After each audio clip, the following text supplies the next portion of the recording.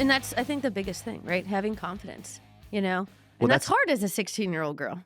But that's why, now do you understand why I'm so 100% behind everything that I'm trying to do to position?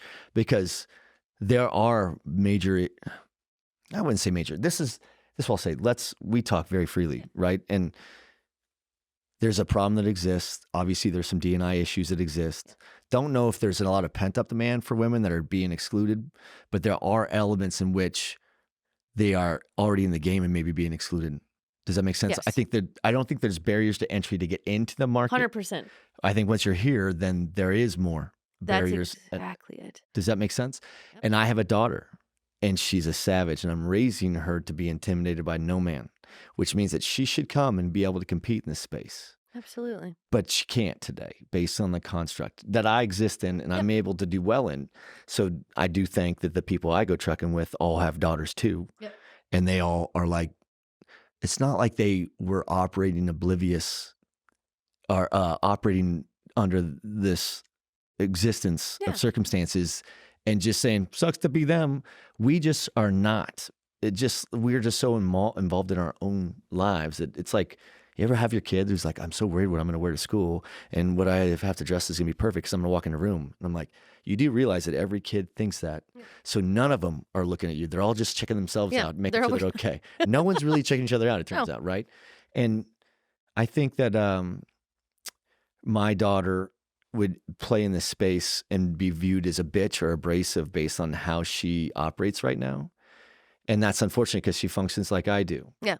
And I think that what it is that you're tasked to do is you have 6 years until she gets through high school and out of college and is ready to come play in the space to help figure out how we can work together to find more opportunities to where it's not a big deal. Like, yeah, we're all in this game together and whatever's available as an opportunity for me is the same as you.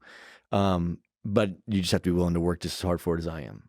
And that, I had this conversation actually this morning with one of our leaders of our team, and he was like, we really need to find more women. And I was like, we need to find qualified people. And I don't want it to be, you're the token woman, right? Like, and that's what I'm afraid will happen. You'd be surprised. Look, we have more women than I thought we have when I look at our numbers. Yeah. And it's because we don't give a shit. We only look for the most qualified people. Yes. But what I'm telling you is, don't go look for women. Just go look for the most qualified people. And what I've learned is, few and far between. Women tend to be smarter. Mm-hmm. You're meaner. You're tougher. You have more grit. Like I mean, you guys you make the people. Yeah. Like you have all the power. You get what I'm saying? So I'm like, turns out if you go and you really are truly looking for the best, if there's a woman in that hat, she's going to be in the top 2. That's exactly. And that's what he was actually saying, is there are not many in the hat, right? And he's like, how do we do that? I'm like, well, that's actually... Well, that part is your job. Well, and that's what I was going to say, like teaching girls at a younger age, right? Like my daughter sees nothing wrong with, going in and being a, contract negotiator, but she sees that. So like as moms, as women, as parents, showing them other opportunities. I mean, how many like 10-year-olds say, I want to be a contract negotiator? I mean, they want to be a cop. They want to be a doctor, like that's not typically. They want to be their heroes. Yeah. And if their mom is their hero, then that's how that works. Well, that was really sweet. Yeah, but that's how it works. It is. She actually sent me this really cute little slideshow, and it was like, she works really hard, and like, I was like, man, like they really are witnessing. They're paying attention. Yeah, they're paying attention. And, she struggles when I travel. And I was actually very fortunate. They let me take some time off, a couple years ago to spend with her. And we're now facing like, okay, well, mom does have to go on the road. And it's, hey, this is life. Like, we'll get through it. Like, we FaceTime a lot. She can't miss you if you're always there.